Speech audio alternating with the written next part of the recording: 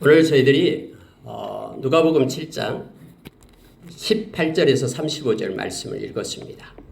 여러분 오늘 읽은 말씀 가운데 그 내용이 아까 같이 읽었기 때문에 잘 알고 있을 겁니다. 세례 요한이 지금 의심 가운데 있습니다. 세례 요한이 지금 감옥에 갇혀 있거든요. 세례 요한에게 예수님께서 나오셨죠. 그리고 하나님께서는 예수님에 대해서 세례 요한에게 가르쳐 주셨습니다. 바로 그리스도 메시아임을 가르쳐 주셨죠. 성령의 비둘기가 예수님의 위에 내리는 것을 보고 예수님께로 세례받으러 오는 그런 예수님을 향하여 세례 요한이 처음에는 어쩔 줄 몰라 했죠. 그리고 많은 사람들 앞에서 세상죄를 지고 가는 어린 양을 보라라고 힘있게 외쳤던 세례 요한 아닙니까? 아니 근데 어떻게 된 일입니까? 세례 요한이 지금 오늘 우리가 읽은 것처럼 오실 리가 당신입니까? 진짜 당신 맞습니까? 아니면 우리가 당신 말고 다른 사람을 기다려야 됩니까? 정말로 당신이 그리스도 맞습니까? 메시아 맞습니까? 하면서 지금 세례 요한이 자기의 제자들을 보내가지고 예수님께 질문하고 있는 내용이 오늘 말씀에 기록되어 있는 것입니다. 예수님을 향해서 세상죄를 지고 가는 어린 양 보라라고 말하면서 나는 그의 신발 끈도 묶을 자격이 없다라고까지 말했던 이 세례 요한이 아니 어찌 된 게 믿음이 변했는지 예수님 당신이 메시아 맞습니까? 라고 외치고 있는 내용을 보게 됩니다. 여러분 우리가 성경에 보면은 믿음이 크다라는 사람들조차도 그들의 상황과 여건 속에서 그러한 믿음이 식어지고 또 의심의 늪에 빠져가지고 헤매이는 이들을 성경에서 많이 만납니다. 바알의 선지자, 아세라의 선지자 합해서 850명과 갈멜산에서 하나님 살아계심을 나타내달라고 그렇게 기도로 서로 대결했던 그래서 450명을 죽였던 엘리야가 있잖아요. 그러한 하나님의 능력을 맛보고도 엘리야가 다음날 이세벨이 이제 이런 일이 있으니까 이세벨, 아합 왕 모든 나라가 이제 회개하고 정말로 살아계신 하나님께로 나와서 우리가 돌아가자 할 줄 알았는데 세상이 돌아가는 형태를 보니까 오히려 이세벨이 내일 이맘때까지 내가 네 목숨을 죽이지 않으면 나에게 벌이 있기를 원한다 하면서 이세벨이 군대를 이끌고 자기를 죽이겠다고 그런 전가를 받고 나서 그렇게 능력이 있던 엘리야도 두려워서 하나님이 정말로 나와 함께하는 것 마저 이 나라를 사랑하는 것 마저 하면서 광야로 도망치잖아요. 군사가 찾지 못할 그런 땅 가운데까지 가가지고 노뎀나무 아래에 머리를 쑤셔박고 하나님 이제 족합니다. 나의 생명을 거둬주세요. 라고 그러한 낙심과 또 하나님의 그런 능력을 의심했던 자리에 있던 엘리야의 모습을 보잖아요. 우리가 여러분 욥기서를 자주 읽습니다. 욥이 고난을 받게 될 때에 그가 처음에는 믿음으로 잘 견디다가 나중에 되고 가면은 주어지는 상황과 여건 가운데 정말로 이 모든 것들이 하나님이 하셨다라고 하나님이 이제는 은혜의 손을 거뒀다라고 그렇게 하나님 앞에 엎드릴 때에 하나님께서 자기를 이제는 사랑하지 않고 내던졌다라고 생각한 그때에 하나님께서는 욥기 마지막 장에서 욥을 책망하시며 보게 됩니다. 욥이 엎드려 기도하죠. 하나님 제가 정신없이 아무 생각 없이 하나님에 대해서 말했습니다. 이제 제 입을 닫겠습니다. 제가 죄를 뿌리고 회개합니다. 제가 하나님을 몰랐습니다. 하면서 회개하면서 돌아온 장면을 보게 됩니다. 상황이 고난이 우리 가운데 예상치 못하고 덮칠 때에 사람들은 의심하게 됩니다. 하나님이 살아계신 것마저 하나님이 정말로 나를 사랑하는 것마저 아니 나를 사랑한다면 왜 하필 내 가정에 이런 일이 닥친단 말인가? 저 사람은 예수도 믿지 않은데 떵떵거리면서 잘 살고 그 악한 자들은 더 잘되고 이러한 악인의 형통함을 부러워하면서 정말로 하나님 살아계신가 하면서 의심을 하면서 하나님 앞에 불평하고 원망하는 것들을 우리는 너무나 많이 만납니다. 그리고 성경에도 여러분 많은 믿음의 사람들이 그런 상황과 형편 때문에 고난의 때에 믿음에서 떠난다라고 기록하고 있습니다. 디모데전서 4장 1절에서 2절에 보면은 마지막 때에 많은 믿는 자들이 믿음에서 떠나서 귀신의 가르침을 쫓고 마음은 확인맞은 양심이 되어서 거짓말로 거짓으로 세상을 살게 된다라고 말하고 있음을 보게 됩니다. 여러분 우리가 잘 아는 예수님의 수제자 베드로도 믿음이 크다는 베드로도 우리가 마태복음 14장에 보면은 오병이어의 기적이 나오잖아요. 예수님께서 그 큰 기적을 베풀었잖아요. 보리떡 5개 물고기 2마리로 남자 장정만 5,000명이 먹고도 12광주리가 남는 놀라운 일을 예수님께서 행하시잖아요. 그러고 나서 예수님이 하신 일이 무엇입니까? 제자들로 하여금 너희는 먼저 이 강을 건너가라. 이 갈릴리 바다를 건너가라. 하고 보내고 예수님이 그곳에 모였던 사람들을 다 환송을 합니다. 그러고 나서 예수님은 산으로 올라갑니다. 왜요? 기도하기 위해서요. 예수님은 산에 올라가서 밤이 맞도록 사경까지 기도한다고 말합니다. 그때 당시에 시간을 보면은 1경부터 4경까지 밤 12시간을 3시간씩 나눴어요. 그러면 4경이다 그러면은 새벽 3시부터 6시까지를 얘기합니다. 그때까지 예수님이 기도하다가 예수님이 보신 거예요. 아직까지 제자들이 바다 가운데 있다라는 것을, 광풍이 일어서 그들이 너무나 힘들어하고 고난 가운데 있다는 것을 보시고 예수님의 쏜살같이 무리를 달려서 그들에게로 갑니다. 그들은 바다 가운데 이 풍랑 때문에 힘든데 유령까지 나타났으니 죽을 지경이죠. 유령이다라고 말합니다. 그때 예수님이 말씀하시죠. 내니 두려워하지 마라. 베드로가 손을 듭니다. 만약에 유령이 아니라 진짜 주님이라면은 나로 하여금 무리를 걷게 하십시오. 예수님이 허락합니다. 걸어와라. 그래서 우리가 성경에 보면은 14장에서 나오고 있죠. 베드로가 걸어요. 무리로요.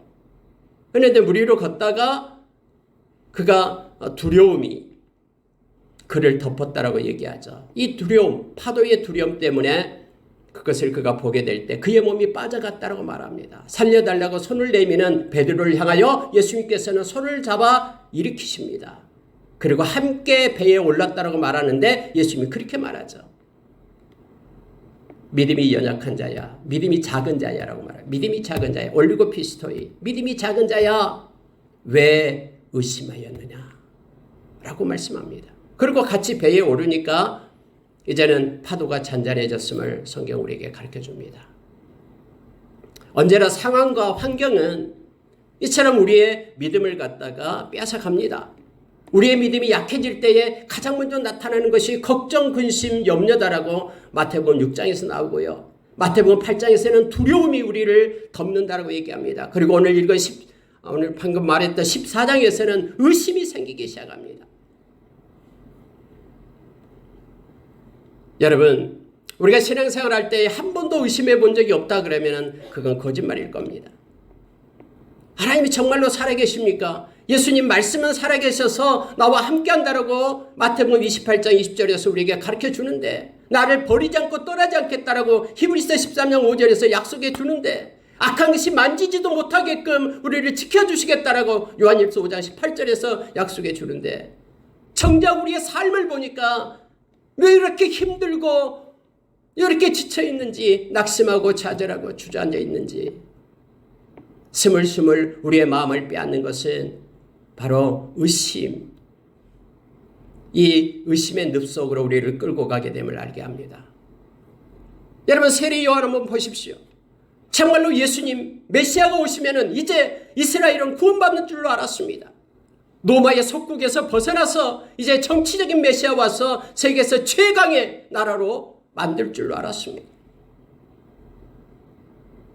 예수님은 구원자이기 때문에요.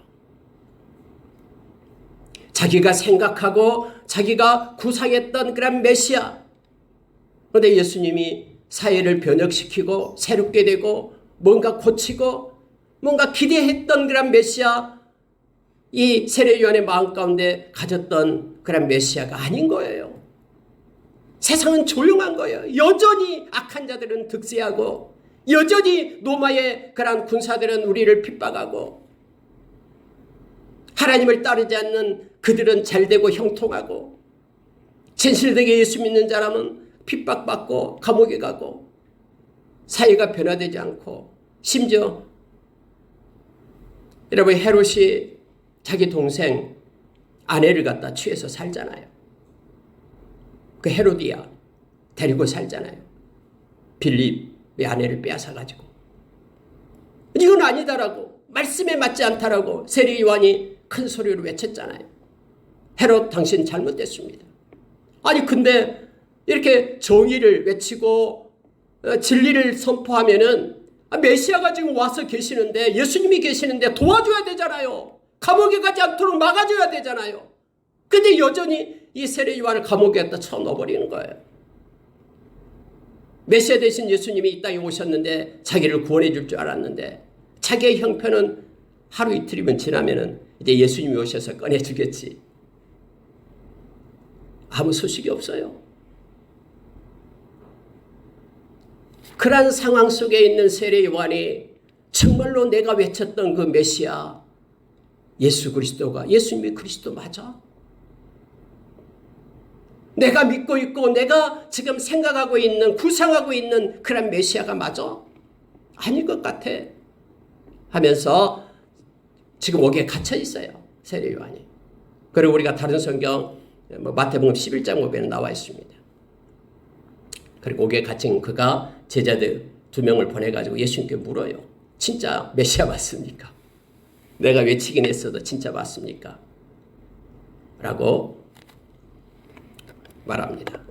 예수님께서는 그 요한의 제자들에게 말합니다. 지금 너가 본대로 가서 세례 요한에게 얘기해라 라고 말합니다. 여러분 세례 요한은 그 옥에 갇혀서 결국 죽어요. 헤로디아 딸이 춤을 잘 춰가지고 헤롯이 망은 실언을 해가지고 목베어서 죽잖아요. 저도 이 말씀을 읽을 때마다 아니 진짜 예수님이 와 계시는데 아니 예수님의 그 길을 예비했던 분이 바로 세례 요한이잖아요. 아니 세례 요한을 좀 살려주시지 왜 이렇게 목베어서 죽게 놔둘까 이런 생각들을 하기도 합니다만은 세례 요한이 할 일이 있고 또 그가 해야 될 일이 있고 성경에는요 이 죽음에 대해서 그렇게 크게 비중을 더 다루고 있지 않습니다. 왜요? 영원한 하나님의 나라가 준비되어 있기 때문에 그렇습니다. 바울 사도도 그렇게 얘기하잖아요. 나는 지금 이 땅에 있는 것보다도 우리 주님 곁으로 가고 싶다라고 바울 사도가 말하잖아요. 근데 내가 여기 있는 것이 너희들에게 더 유익하다. 왜냐하면 하나님께서 바울 사도에게 주신 말씀이 있기 때문에요. 성경에서는 여러분 그렇게 죽음에 대해서 자세하게 다루고 있지 않아요. 그보다도 더 크고 아름다운 하나님의 기업이 준비되어 있기 때문임을 압니다. 예수님의 제자 중에 야고보가 있잖아요. 그 야고보가 목베어서 죽게 되죠. 베드로는 물론 이제 기도로 하나님께서 그를 살려두지만은요. 여러분 오늘 읽은 말씀 가운데서 우리가 기억하기를 원합니다. 그러면은 무엇으로 우리는 이 의심의 늪에서 벗어나야 되는가?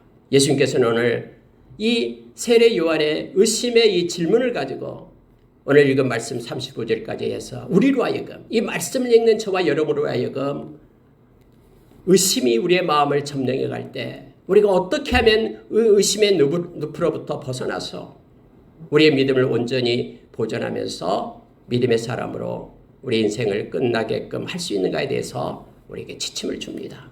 가르침을 줍니다.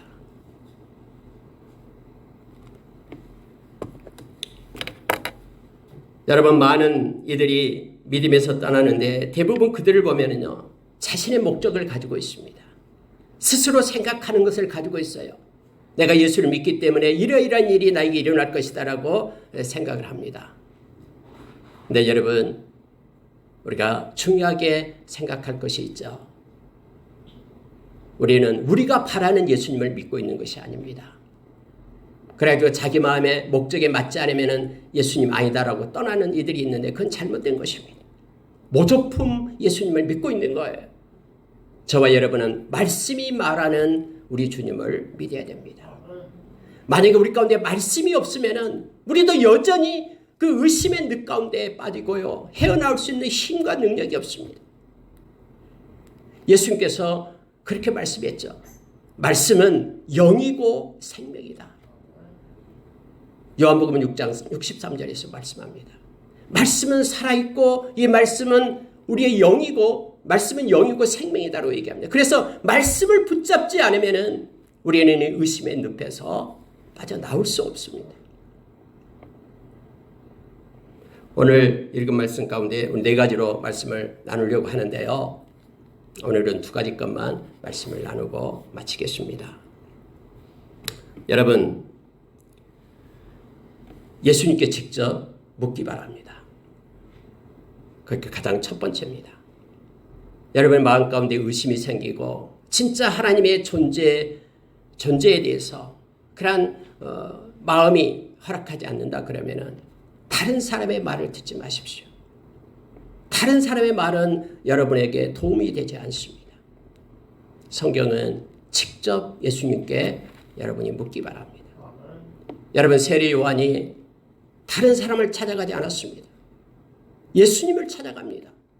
그때 당시 여러분 성경에 대해서 예수님 반대편에서 섰던 사람들이 있잖아요. 그럼 예수님을 알려면은 여러 가지 다각적인 시각이 필요하다고 해서 말씀의 구약의 그런 능통한 어떤 제사장이나 바리새인이나 아니면 율법사들이나 또 예수님을 반대하고 있는 사람들의 의견을 종합하기 위해서 찾아가 볼 수 있잖아요. 어떤 사람에 대해서 내가 의심이 들 때에 그러면 이 사람 말고 직접 아니 이 사람에 대해서 반대 의견을 가진 사람을 주로 찾아가 보고 전문가를 찾아가 보잖아요. 근데 이러면 신앙은 그렇게 해서 해결될 문제가 아닙니다. 반드시 세례 요한처럼 예수님께 직접 가서 묻는 것입니다. 성경에는 우리 주님께서 산상수훈에서 가르쳐 주죠. 마태복음 7장 7절에서 우리에게 말씀해 주죠. 구하라, 찾으라, 문을 두드리라라고 말합니다. 예수님은 요한복음 14장 14절에서 내 이름으로 무엇이든지 내게 구하면 내가 행하리라 라고 말씀을 합니다. 구하라, 찾으라, 두드리라. 그 사람이 얻게 될 것이다 라고 말하면서 이 얘기를 해요. 너희가 악한 자라도 자식에게 좋은 것을 줄 줄 안다. 그러나 하늘에 계신 아버지께서 구하는 너희들에게 좋은 것을 주시지 않겠느냐라고 예수님께서 비유로 연결해서 말씀해 주고 있음을 보게 됩니다. 예수님을 찾아가십시오. 어떤 사람은 자기의 인생에 대해서 누군가를 통해서 그래서 믿음이 좋다라고 스스로 생각하는 그 누군가의 말을 듣고 행하는 이들이 있는데요. 물론 하나님께서는 그런 식으로 역사하실 수도 있어요. 그러나 그런 식으로 받았다면 자신이 우리 하나님 앞에 엎드려서 하나님을 찾아야 돼요. 하나님께서는 에레미야서 29장 12절이야 이 말씀처럼 자기를 찾는 자들에게 하나님은 만나 주시겠다라고 약속했거든요. 진심으로 찾고 찾아보시기 바랍니다. 우리 주님은 살아계셔서 우리를 만나 주십니다. 모든 믿음의 선진들이 직접 우리 주님을 찾고 만났습니다. 의심이 들 때, 의심의 늪에 빠져 있을 때 사람이 아닌 하나님 앞에 나와서 우리 주님 앞에 나와서 그분께 구하시기 바랍니다. 요한일서 2장 27절에 보면은 우리 가운데 기름 부음이 임할 때에 우리는 모든 것을 알게 되고 깨닫게 된다라고 말합니다. 요한복음 20장에 보면은 마지막 부분에 나오죠. 도마가 나옵니다. 디두모 도마. 이 도마가 예수님께서 부활하고 나타나실 때에 예수님 제자들과 함께 없었습니다. 어디 갔다 돌아오고 보니까 예수님의 제자들은 우리 주님, 부활의 주님 만났다고 너무너무 기뻐하는데 도마는 의심합니다. 못 믿겠다라는 거예요. 어떻게 나의 상식과 나의 지식으로 못 믿겠다라는 거죠. 어떻게 예수님께서 십자가에 죽으셨는데 살아서 오실 수 있냐라는 거예요. 다른 모든 제자들이 만남에 대해서 기뻐하고 하지만 토마는 의심합니다. 근데 성경에 보면 8일 후에 예수님이 다시 오시죠. 8일간 토마는 정말 한쪽에 구석지에 가서 엎드려 있었을 것입니다. 아니면 어쩌면 토마는 기도했을 겁니다. 예수님, 정말로 살아계신다면 나 좀 만나주세요. 다른 제자들은 예수님 만나가지고 기뻐하는데 도저히 나의 지식이, 나의 이성이, 나의 경험이 허락하지 않습니다. 믿을 수 없습니다. 나 좀 만나주세요. 8일이 지난 다음에 예수님이 오시잖아요. 예수님은 토마의 마음을 잘 알고 있었어요. 토마가 예수님 만나지도 않았지만 예수님은 다 알고 계시거든요. 마음의 모든 생각과 의심을 다 알고 계시죠. 토마에게 말합니다. 토마야, 너의 손을 내밀어 못자국 만지고 창자국 만져봐라. 그리고 믿지 않는 자가 아니라 믿는 자가 되라. 토마는 엎드립니다. 그리고 예수님한테 이렇게 고백을 해요. 예수님은 나의 주님이십니다. 예수님은 나의 하나님 되십니다. 여러분, 토마의 이 고백을 보세요. 나의 주인 되시고 주님 되시고 나의 하나님 되십니다 라는 것은 그 8일 동안 토마가 주님의 이름을 부르면서 주님을 찾았다라는 걸 알게 됩니다. 나의 주인 되시다면 나를 찾아주십시오. 나의 하나님, 살아계신 하나님 되신다면 나에게 오십시오. 여러분, 토마만 그렇게 예수님을 향하여 하나님의 아들입니다라고 말하지 않고 나의 하나님이십니다. 이렇게 고백하고 있는 것을 보게 됩니다. 예수님을 직접 찾으시기 바랍니다. 예수님은 고린도전서 1장 30절에서 그분이 우리의 지혜가 된다고 말합니다. 예수님은 우리의 의로움 되시고 거룩함 되시고 구원함 되신다라고 말씀해 주고 있습니다. 다른 데서 구하지 말고 모든 것의 해결자는 예수님이십니다. 그분은 기묘자와 모사가 되시고요. 평강의 왕이 되시고요. 영존하신 아버지 되십니다. 거룩하신 하나님이십니다. 그래서 여러분이 의심이 날 때마다 다른 데서는 해답이 없습니다. 주님을 찾아야 됩니다. 주님을 찾을 때 살아계신 주님을 여러분이 만나고 성령의 기름 부음을 받고 모든 것을 깨닫게 되고 알게 될 것임을 성경 말합니다. 찾는다라는 것은 말씀을 읽는다라는 것입니다. 말씀은 살아있고 말씀은 영이고 말씀은 생명되기 때문에 말씀을 통해서 우리는 주님을 만나게 되고 기도로 주님을 만나게 됩니다. 여러분, 두 번째로요. 예수님의 현재 일하심을 보라. 제가 묵상하면서 이렇게 두 번째로 정했습니다. 여러분, 세례 요한의 제자들이 왔어요. 예수님한테. 오실 그이가 당신 맞습니까? 아니면 다른 사람을 기다려야 됩니까? 라고 그대로 전합니다. 그랬더니 예수님이 하시는 말씀이 있습니다. 막 설명하고 그런 게 아니에요. 지금 내가 하고 있는 일을 보라 라고 말합니다. 지금 내가 하고 있는 일을 보라. 그리고 이대로 가서 전하라라고 얘기합니다. 여러분, 오늘 말씀을 잠깐 볼게요.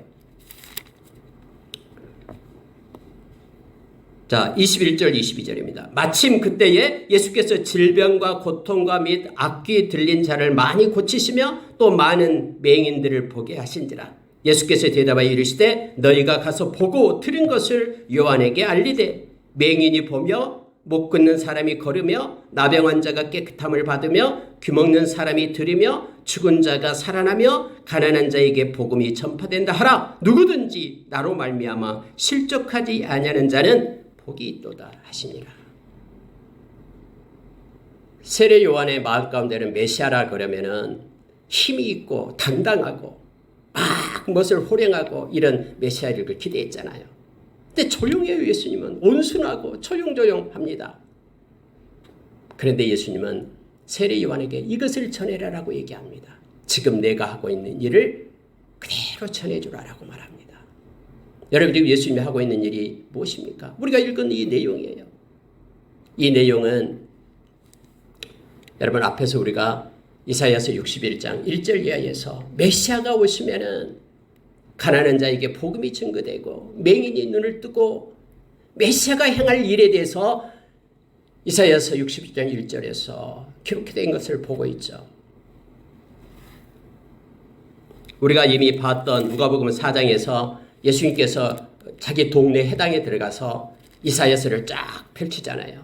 이사야서 60절 1절을 펴가지고 말씀을 쫙 읽죠. 이 말씀을 읽어요. 그 읽은 내용이 누가복음 4장에 나오죠. 4장 18절에 보면은 17절부터 선지자 이사야의 글을 드리거늘 책을 펴서 이렇게 기록된 데를 찾으시니 곧 주의 성령이 내게 임하셨으니 이는 가난한 자에게 복음을 전하게 하시려고 내게 기름을 부으시고 나를 보내서 포로된 자에게 자유를 눈먼 자에게 다시 보게 함을 전파하며 눌린 자를 자유롭게 하고 주의 은혜의 해를 전파하게 하려 하심이라. 이 말씀을 펴서 예수님이 해당해서 읽고 나서 딱 덮어요. 그리고 그들에게 이 말씀이 오늘 너희에게 응하였느니라 라고 말하죠. 메시아가 지금 왔다라는 거예요. 예수님이 왔다라는 겁니다. 왜요? 이 말씀을 행하려고. 근데 지금 예수님이 행하고 있는 것이 뭡니까? 예수님이 일하고 있는 것이 바로 이 말씀대로 산 가운데 행하고 있는 거예요. 그래서 세례 요한의 제자들에게 지금 내가 이렇게 하고 있다라고 요한에게 알려라 라고 말합니다. 여러분 요한복음 10장에 보면은 10장 27절 이하에 보면 27절 저기 있죠. 내 양은 내 음성을 들으며 나는 그들을 알며 그들은 나를 따르느니라. 예수님께서 그렇게 말씀하셔요. 그리고 나를 따르는 그들에게 내가 영생을 준다 라고 말합니다. 그러니까는 사람들이 아니 어떻게 영생은 하나님만 주는 것인데 예수님 그 말을 나와 하나님은 하나니라 라고 말합니다. 막 사람들이 웅성거리면서 시작합니다. 그렇게 말하고 있죠. 그럴 때 예수님이 이 얘기를 합니다. 나의 말을 믿지 못하겠거든 내가 하는 일을 보고 믿으라. 그러면은 나와 하나님을 너희가 깨달아 알게 될 것이다 라고 말합니다. 여러분 현재 예수님이 일하심을 보라라고 말합니다. 의심이 들고 막 의심의 늪에 빠져 있을 때요. 여러분 이걸 봐야 됩니다. 하나님의 말씀이 그대로 지금 진행되고 있는가? 하나님의 말씀의 거울 앞에 비추어서 지금 현 역사가 그렇게 움직여가고 있는가? 말씀으로 설명을 해야 됩니다. 예수님은 말씀하시고 그대로 우리의 생각대로 일하신 것이 아니라 말씀대로 일하시고 계시는 주님을 보라라고 그대로 전하라라고 말하고 있는 것입니다. 어떤 사람들은 의심하는 사람들은 특징이 있습니다. 과거에 집착합니다. 과거에 부풀려진 자기 생각으로 고안해낸 과거의 자기 공적을 가지고 현재를 살다 보니까 그 기준이 과거가 되다 보니까 맞지 않습니다. 과거는 언제나 미화되죠. 그래서 과거의 사는 사람들은 현재의 만족을 잘 못합니다. 감사가 없어요. 또 어떤 사람은 현재에 이 발을 딛지 않고 미래의 공상, 자기 머리에 생각된 미래에만 살고 있는 거예요. 그래서 현재의 삶을 가치 있게 여기지 않습니다.